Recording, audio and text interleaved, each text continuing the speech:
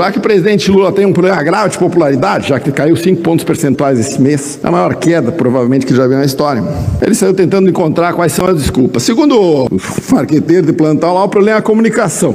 O que eu concordo em parte. Toda vez que o governo comunicar o que ele quer fazer, anotem, é problema, porque tudo é ruim.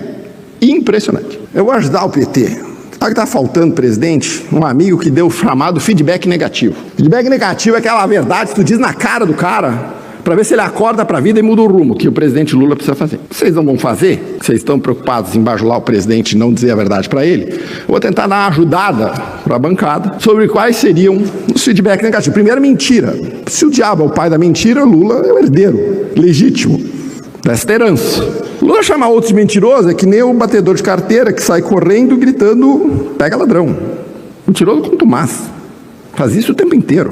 O segundo feedback negativo é a Janja.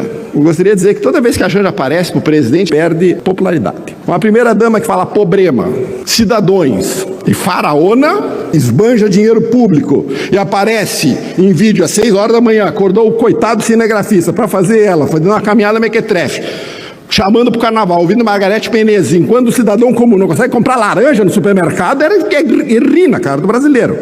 Sugiro que o presidente peça para a primeira-dama ser um pouquinho mais discreta. O terceiro feedback negativo é um pouquinho mais tranquilo, que esse papinho assim de tudo de bom que acontece é mérito meu, tudo de ruim que acontece é culpa de vocês, de preferência Bolsonaro, isso aí o cara tem que ser um imbecil para acreditar. Esse troço de culpar terceiros de tudo que é ruim que acontece nesse governo, e vamos combinar, todo dia acontece alguma coisa, já não cola mais. Falando em Bolsonaro, o presidente Lula poderia parar de pensar no Bolsonaro, porque ele acorda pensando no Bolsonaro, ele vai dormir pensando no Bolsonaro, ele come pensando no Bolsonaro. Isso já está começando a pegar mal. Eu sei que o Lula tem alguma inveja do presidente Bolsonaro, que consegue sair na rua, atrair milhões de pessoas, coisa que ele não consegue fazer.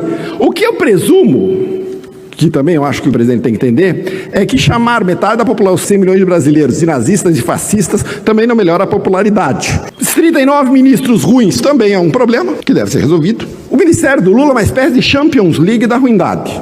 Se eu fizer um concurso, é difícil saber quem é o pior. Agora vai ter uma reforma ministerial, vamos ver se melhora. Pelo menos parece que a ministra pior de todas ali, não é pior, é difícil, né?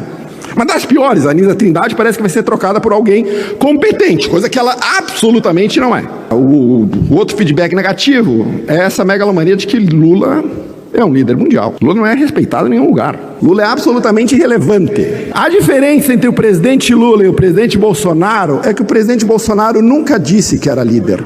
Ele nunca trouxe para si uma liderança que ele jamais teve e nunca mentiu para a população dizendo que ele era líder mundial, diferente do presidente Lula, que faz isso todo dia e não o é.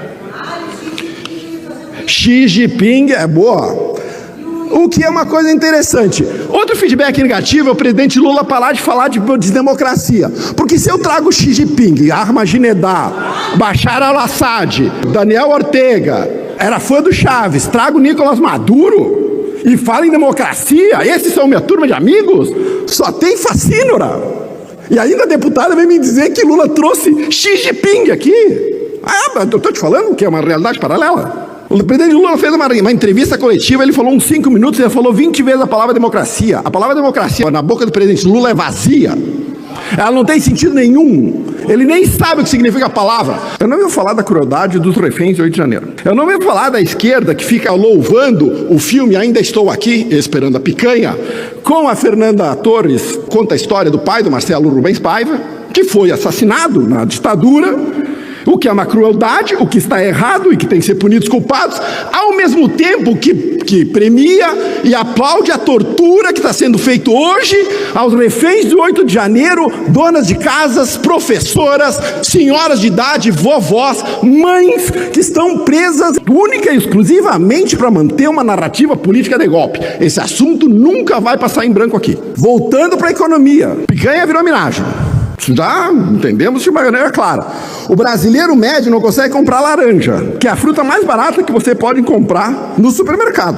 Passagem aérea, que o Lula falou que pobre ia voltar a andar de avião, nem 1% mais rico está conseguindo comprar. Se a inflação continuar no rumo que está, no ritmo que está, a próxima moeda que o Banco Central lançar, eu recomendo que ponha na moeda o javali. Já valia alguma coisa, hoje já não vale mais nada, depois da inflação causada por este governo que está pouco se lixando. para a inflação, para o endividamento público, para o preço do dólar. Pobre não come dólar. Essa é a fala deles. Então, caros colegas da bancada, estou ajudando o presidente Lula. Talvez nesse caso a popularidade dele, que está em 39%, que eu já acho exagerado, pare de cair. A nossa meta é dobrar a meta, chegar a 13%, que era a popularidade do Dilma pré-impeachment. Enquanto isso, talvez se o Lula puder seguir um pouquinho isso aqui, talvez a popularidade dele aumente um pouco. Não acredito muito, porque o governo é bem ruinzinho. O governo é muito ruinzinho. Tem que fazer muita pirotecnia para conseguir vender esse troço como alguma coisa bonita. Não existe no mundo trabalho mais difícil que ser parlamentar da bancada do Partido dos Trabalhadores. Os senhores deveriam ganhar um adicional por ter que subir aqui e defender este governo, hein? Esse governo vai destruir o país. Destruiu em 2014 e vai destruir se continuar desse jeito. Então eu confesso mesmo que eu admiro a coragem do Partido dos Trabalhadores subir aqui para defender o governo Lula.